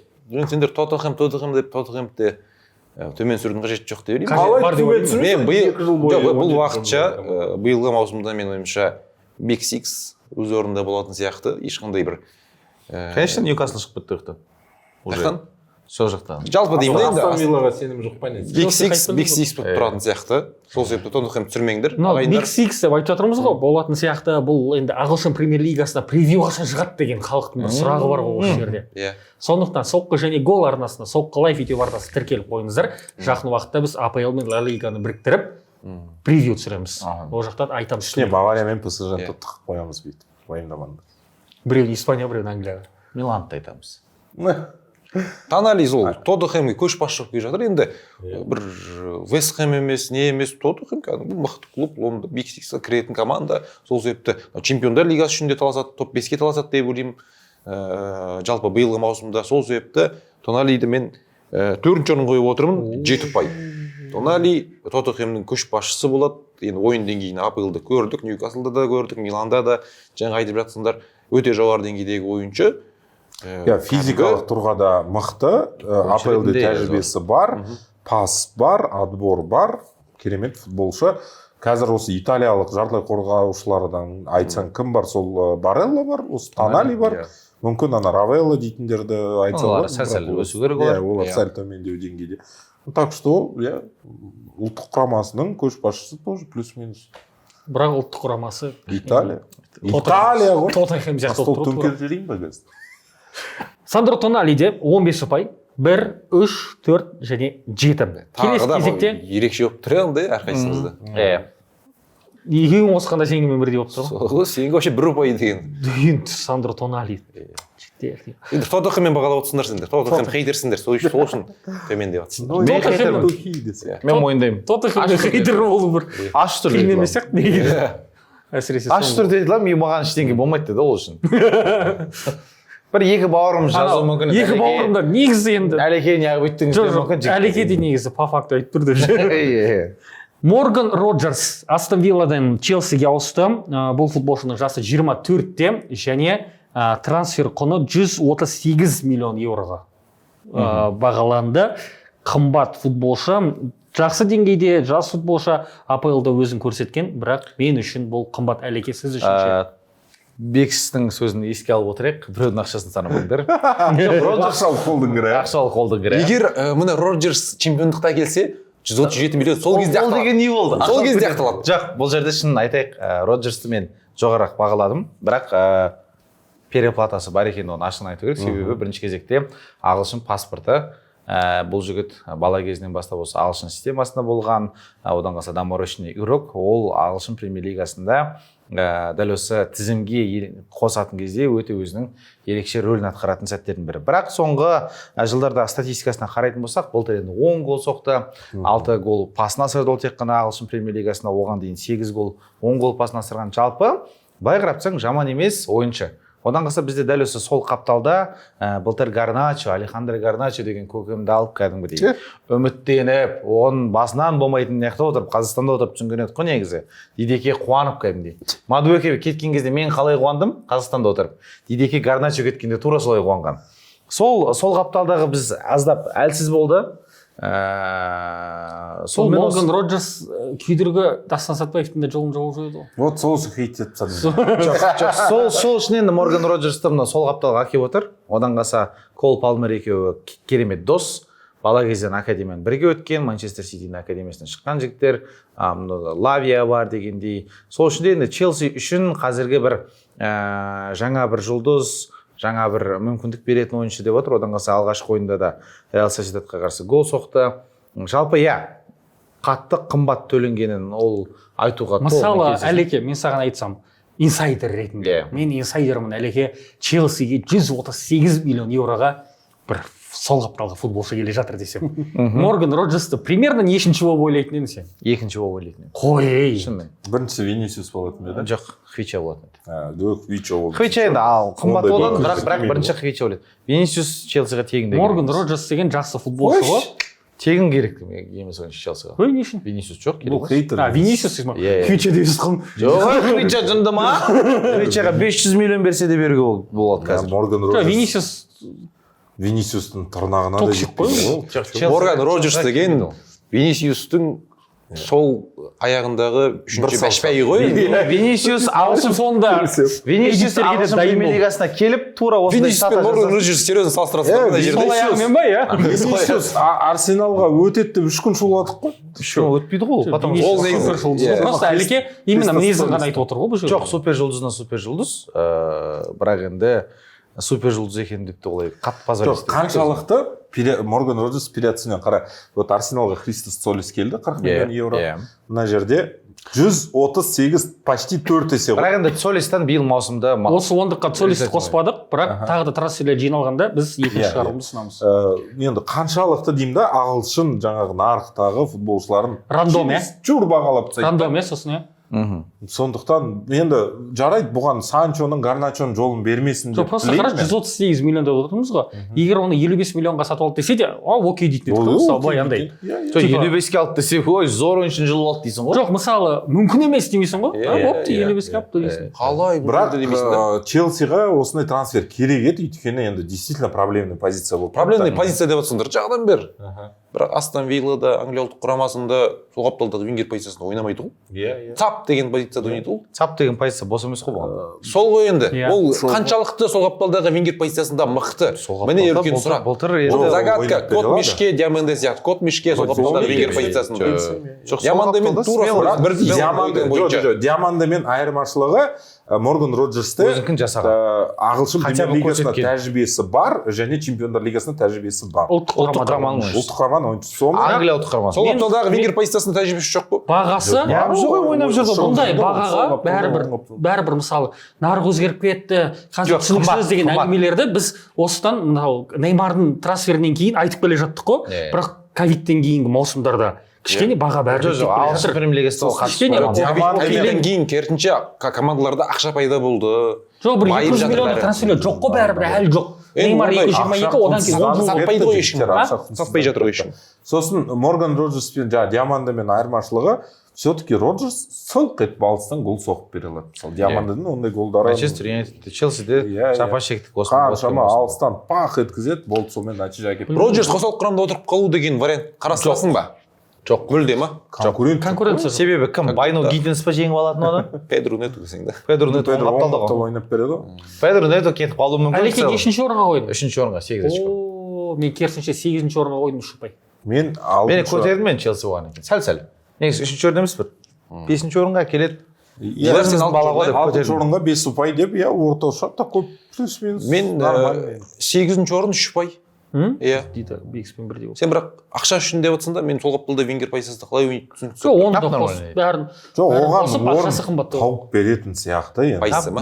Хаби Алонсо өзі звондаған, өзі хабарласқан. Хаби Алонсо келгеннен кейінгі болған. Мен Челсиға осы маусымда сенем. Мынандай вариант бар. Сол үшін ойнап кетуі мүмкін. Қара Бекспен. Спордесіз ба Бекс?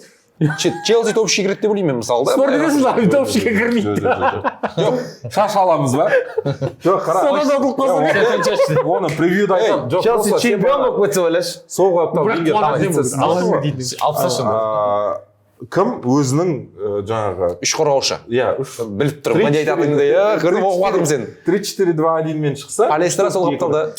Роджерс пен кім? Палмер 2 ондықтың позициясы. Пол нападающий. Полуфлангта ойнап берсе, екеуіне де классно. Мына оң жақ, мына сол жақ, пожалуйста. Онда Педро Нетомен не істейміз? Оны латераль қылып қоя ма оң қапталға? Латераль қылып соңғы сол ойында ойнады негізі. Сосьедадқа қарсы. Сондай да вариант бар мысалы да. Джеймс опорник болып шықты. Роджерсқа именно вингер позициясы андай-мындай деп жатса. Сондықтан нормально көреміз. Плюс-минус нормально енді. 19 ұпай. Челси ғой. Морган Роджерста Челси ғой дейсің. Челси ғой. Ударением дұрыс қойсың. Дұрыс қойып отыр Бексиге. 9-ші футболшы Элиот Андерсон. Бұл футболшы Ноттингем Форестте Манчестер Ситиге ауысты. 23 жастағы футболшы. Бір трансферінің плюсы Родри кеткеннен кейін футболшы керек деген. Бірақ бұл Родриға дейін келді. Жоқ, білген шығар? Жоқ, Элиот Андерсон келгеннен кейін Родри басқа командаға кететіні анық болды ғой 100%.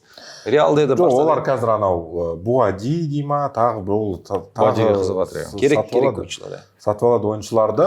Немесе Энсо. Энсоға қайттан оралып толды. Элиот Андерсонды мен жаңағы өте қатты бағаланып қойған ағылшындар деген тізімнің 135 миллион онда. Бұл да сол көп төленген. Бұл да сұмдық төленген. Роджерс сияқты екеуі бір калибрдан, екеуінде сол ағылшын паспорты үшін. Бірақ енді өткен маусымда бұл жігітті мойындауы қажет. Өте керемет ойнады. Бірақ бұл да меніңше ана Гордон сияқты колхозник. Ол, пожалуйста, Ноттингем Форестта көшбасшы болады. Сіз жалпы сары ағылшындардың бәрін колхозник қыласау дейді. Жалпы колхозник деген сөзді ауыстырасау дейді. Колхозник Роджерске олай айтпады байқасаң. Сары ағылшын Гордон кетті. Сараны, рыжий элет кетті. Уэйн Руни яқты емес қайтыр. Уэйн Руни уақытта емес. Үлік шаушы. Бірақ именно Уэйн Руни келеді ғой қазір. Колхозник. Жоқ, сендер трактор айдап жүретін. Сендердің теорияларың бойынша ол келбетімен мен колхозник деп жатырмын. Мен ондай лукист емеспін. Мен олардың жаңағы Лука Модрич дейсіз. Лука Модрич. Жоқ, мен іс әрекетіне қарап сондай баға беріп отырсың. Баға беріп отырмын. Бұл да енді өтірік өзімнің штамп қой, мен миымда болған. Жоқ, сөзді ауыстыру керек, анау колхозда тұратындар ыңғайсыз ғой. Колхоз жоқ қой, қазір таратып кетті ғой. Колхоздар жоқ қой. Сосын дәл қазіргі бұл сөзді негізі айтпаған жөн. Провинциал деймін да. Қазақстанда қатты неғып жатқан сөздердің бірі бұл. Жоқ, Қазақстанда баяғыда колхоздар өлтіріп бір көркем қуып жатыр ғой. Провинциал жарайды, оның сөзі бар. Провинциал ол анау жаңағы Ноттингем Форест. Иә, облыстық командаларда. Жоқ, Ноттингем Форестке провинциал деп айтқан келеді. Иә. Форест, Орман. Гордон тоже провинциал, Ньюкаслда. Сондай. Все-таки енді топ клубта өзін қалай көрсетеді енді, хотя Манчестерде провинция былай қарап тұрса, бірақ все-таки клубтың статусы бөлек. Иә. Сосын мен сразу айтып қойыншы, сендер шок болып алыңдар, мен пока айта беремін. Мен келсем. Эллиот Андерсонды 10-шы орынға қойып тастадым. Мен оны 9-шы орынға қойдым. Мен оны 7-ші орынға қойдым. Себебі енді былтырғы маусым бар, ұлттық құрамада ойнағаны бар. Одан қалса дәл қазіргі таңда Родри кеткеннен кейін енді постфактум болып айтып отырмық қой, бұл Манчестер Ситиге керек трансфер. Сол үшін де енді 7-ші орын 4 ұпай. Манчестер Сити кімге ақша құртпай жатыр? Нормально. Қайтадан түсінеміз, ағылшын екен. Трансфер керек, толығымен келісем, бірақ не үшін мен соңғы орынға қойдым? Энсо Маресканы суперкубокта көрдік. Эллиот Андерсонды Родридің позициясы емес, Эллиот Андерсонға ұнаған позициясы емес. Вообще ЛЦП қойып қойды, андай непонятный. Ол не ойынды жүргізбейді, не өзі опорник емес, Ковачичқа Родридің рөлін беріп тастаған. Вообще, қалай оны Энсо Мареска использует, әлі түсініксіз. Мне кажется, даже маусымның кейбір нелерінде ол вообще отырысып сайтта басқаша Нико Гонзалестер. Жалпы мынандай ой болып тұр да, менде сен, егерде мен Энсо болсам, маған келіп айтса, сенде Родри бар, 135 миллионға Эллиот Андерсон аламын десе, мен айтатым, қуасың ба? Родри мен отыра берейік. Наоборот, сол 135 миллион, 35 миллион Родриға берейік та, зарплатасына. Қайдағы барса, қайдағы Реал отыру жерде тыныш деп. Отырыс қоятын емес өзінше. Даже жарайды, сен сатып алдың, сол Родримен бірге ойнат онда. Иә, ол да как вариант ретінде. Ол жерде Энсода сәл андай болып жатқан сияқты. Родри енді қатты беделді ойыншы ғой. Соған бір өзінің несін аурасын өткізе алмаймын. Мареска былай, енді Родрида уже мотивациясы басқаша, ол Испанияға оралғысы келді. Анау, скорее всего, ол былай ойлаған, қазір Эллиот Андерсонды аламын да и Фернандесті сатып аламын. Энсоны, иә. Энсоға қайтадан оралып жатыр, көреміз. Солардың айналасында олар бір-біріне кәдімгі жаңағы тіл табыса алатын футболшылар сияқты. Мына жерде Ковачич пен Эллиот Андерсон екеуі бір-бірін дублировать етіп жүр, и то екеуі де Родридан хуже болады да, по-любому. Қосылса да. Сондықтан меніңше идеясы түсініксіз, және оны Энсо Мареска использовать еткені әлі түсініксіз. Жалпы Марескан сол бір ноябрьде жетіп, сол жерде бір қуып кететін сияқты деген ой бар менде. Уже потихоньку. Ну, суперкубта ойынға қарасаң. Иә. Кәдімгідей түк көрсете алмады ғой. Арсенал разобрал кәдімгідей. Енді қазір осы сол ойыннан кейін шейхтар бүйтіп қалтасынан ақша шығарып давай десе. Иә, Винисиус деп айтыр. Бар жылжып жатқан нәрселердің бәрін сатып алып. Сол керісінше сол Энсо ұстай алмай қалатын сияқты сондай құрам. Мүмкін, иә. Энсоға наоборот осындай провинциалдар керек та, бүйтіп жүгірткізіп қойып, 5-6 орынға дейін басына жетіп алып. Түбегейліден гөрі осы сөз жастап келген. Жоқ, Энсоның Дидекеге өйстіп айтып жатқаны өтіп отыр маған. Себебі бұны қыста айтқан кезде жоқ, Энсо басқа болып келді. Қашан айттым мен Энсо басқа болып көрдім? Жоқ, мен айтып жатырмын өзімді. Егер де сен қыста айтқаныңда, сүй осылай. Мен наоборот Энсоны қорғап шығатын едім, ол басқа бапкер деп ше. Бірақ енді Ситиге қалай кеткенін біліп отырмыз ғой. Сол үшін дұрыс айтасың Дидеге. Кармасы. Шертіп емес, кәдімгідей криса ғой. Ол дәлелденді ма? Иә. Басшылықты бекер жамандадық па? Иә. Біз қателескен екенбіз. Крисовать етіп. Мастер Сплинтер ма? Иә, Мастер Сплинтер. Бекіс. 7-ші орын 25 миллион алды ғой. Крисовать етіп кеткен үшін. Соттасып па? Иә.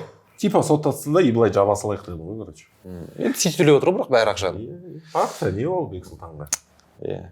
7-ші орын. Сөйтіп кредиттерге батып, рычагтарды дамытып шөбін Spotify-ға сатып шөбін сатып. Бастысы нәтиже. Ал Эллиот Андерсон нәтиже алып келеді дегенге сенбеймін. Иә. Болды. Неше ұпай? 7-4 ұпай. 4 ұпай. 11 ұпай болды. Эллиот Андерсон да соңғы орынға түсті. Шамасы бірінші орын анықталған сияқты. Әлем чемпионы 30 жастағы футболшы Манчестер Ситиден Барселонаға 76,5 миллион еуроға ауысқан Родри. Европа чемпионы, чемпиондар лигасының чемпионы, Алтын доп иегері. алтын доп иегері, әлем чемпионатының үздік ойыншысы, ағылшын премьер лигасының 6 дүркін чемпионы қателеспесем. требл иегері. Требл иегері. Және просто красавчик. Диего Симеонаның тәрбиесін көрген бала. Қазіргі замандағы кәдімгідей мынау заманның ағымымен өмір сүрмесе де, бірақ сол қатарда жүрген бір соцсет жоқ, бір татуировка жоқ. Просто красавчик. Тас шайнап қым түкірген деп андай бақтай берсең. Тас шайнап деймін. Ең прикольный мемді қайталаған. Осы мынандай. Вид қарайды. Не оценил обстановку. Сонда, ал қазылар алқасы Бір ауыздан бірыңғай 10. Иә, 10 балл. 10 балл. Ойлаңдар шартылай қорғансыз. Родри. Барселона. Осыдан минустар бар жігіттер. Қандай бір минустар бар. Мен Скотт осыдан бір деп 2 жылға қайтатын болсақ, неге ол алтын доп алады?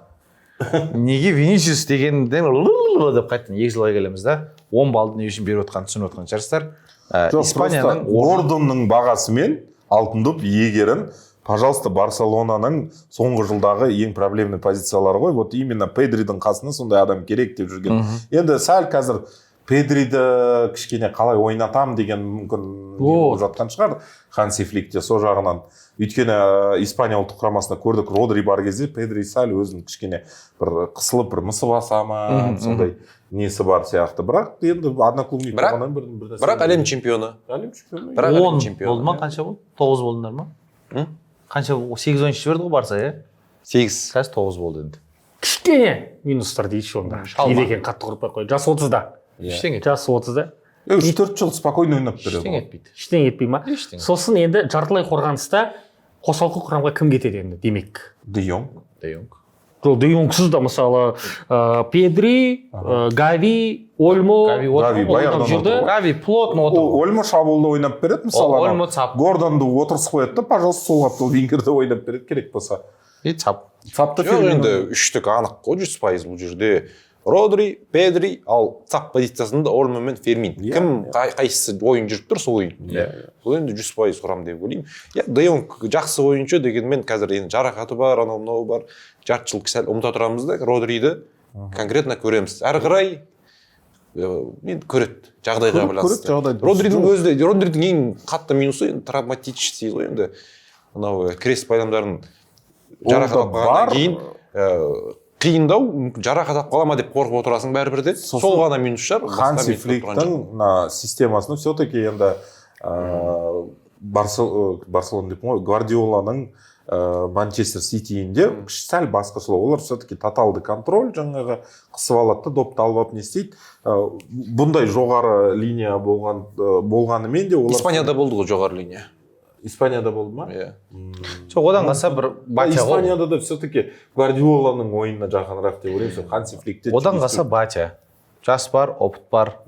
Испания ұлттық құрамасында ойнаған. Сосын қалған команданың жартысынан көбі ұлттық құрамадағы әріптестерің ғой. Сол бәріне сөз өтеді, шапалағын береді. Отыр десе отыр, тұр десе тұрады. Лева кеткеннен кейін Разивалкын ұстайтын осы жігіт.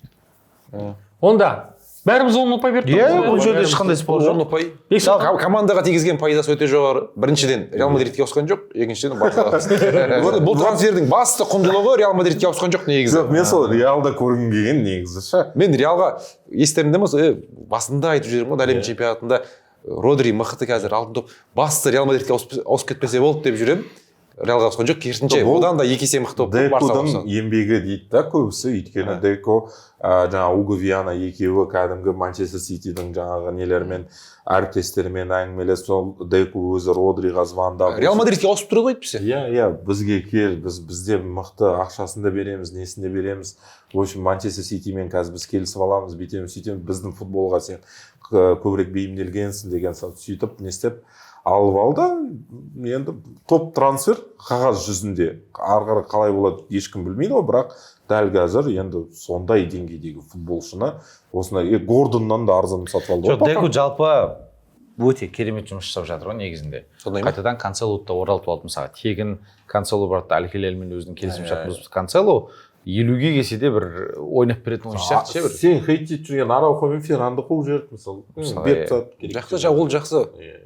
Сол үшін де Деку қазір жап-жақсы жұмыс жасап жатыр, бірақ әлі де Барселонаға бір шабуылшы керек. Кәдімгідей. Бір орталық шабуылшы сатып алса. Ол бір андай ноунейм емес, нормальный біреуді алу керек, кәдімгі гол соғатын. Мүмкін Кантерадан жыл сайын біреулер шығып қалады, может сол жақтан бір шабуылшы шығып жатқан шығар. Бірақ жаңағы жақсы бір таранный форвардтар ойланыңдар. Әлеке, топ-10-ды бір еске салып жіберсең өзінің топ-10. Ферран Торрес 10-ші орын 1 ұпай, Ян Диаманде 9-ші орын 2 ұпай, 8-ші орынменде 3 ұпай Тонали, 7-ші орын Эллиот Андерсон 4 ұпай, 6-шы орын, яғни 5 ұпай алатын ол Марк Кукурелия. Сосын 4-ші орын 7 ұпай алған ол менде Энтони Гордон. 8 ұпаймен 3-ші орын Морган Роджерс, 2-ші орын 9 ұпай ол Бруно Гимарайш, және көш басында Родри 1-ші орын. Дейді екен? Бәрекелді. Менде 10-ші орын Эллиот Андерсон, 9-ші Энтони Гордон, екі провинциал колхозник деп айтпады енді, сол екен. Не істедім, ары қарай уже провансальдар. Ары қарай нормальный жігіттер, более-менее, бірақ күмәнданатын сол Диаманданы 8. Аудан орталығынан. Жоқ, поселок городского типа. Көрші ауылдан келген. Көрші ауылдан келген, бірақ өзін әлі дәлелдеп бермеген. Диаманды 8-ші орында 3 ұпай, 7-ші Тонали, Морган Роджерс 6-ші орын, 5-ші орын Кукурели 6 ұпай, Гимарайш 7 ұпай 4-ші орын, Ферран Торрес қалалық. Мен бағалап отырмын, нағыз қалалық, элиталық бала. Валентин. Өзін еуропалық столицаға барып өзін көрсетеді қазір. Алматыда жарты жыл тұрып местеймін деп жүрген бала болып тұр ғой. Сенгі деймін да. Мен өйтіп айтпаймын мен. Сен мен оған қосып бермеймін. Ферран Торрес 3-ші орын 8 ұпай, Юрий Тилеманс өте жоғары бағаладым. Бұл да красавчик өзі. 9 ұпай және Родри, енді Родри ол әлемдік деңгей. Бекіс? 10-ші орын Ферран Торрес 1 ұпай, 9-ші орында Гордон, 8-ші орында Морган Роджерс 3 ұпай, Эллиот Андерсон 7-ші орын 4 ұпай, 6-ші орында Гимарайш 5 ұпай, 5-ші орында Марк Кукурели 6 ұпай, 4-ші орында Тонали 7 ұпай, және 3-ші орында Диаманде 8 ұпай, және 2-ші Тилеманс 9, сосын 1-ші орында Родри 10 ұпай.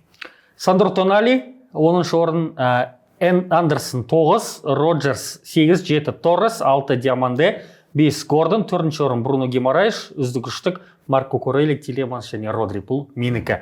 Енді осылардың барлығын біріктіріп бізде топ-10 белгілі болды, ал дайынсыздар ма? Топ-10 қандай?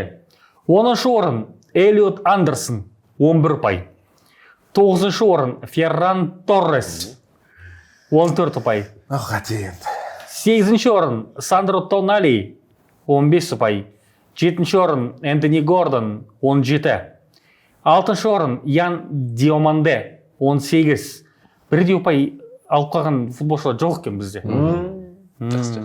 Морган Роджерс 19 ұпай 5-ші орында, Марк Кукурелия 25 ұпаймен 4-ші орында, Бруно Гимарайш үздік үштікке кірді, қола жүлдегер 28 балл, 2-ші орын Юрий Тилеманс 33 ұпай, және жеңімпаз Родри абсолют толық 40 ұпай. Бір қызығы алғашқы үштікке кірген үшеуі де жартылай қорғаушы.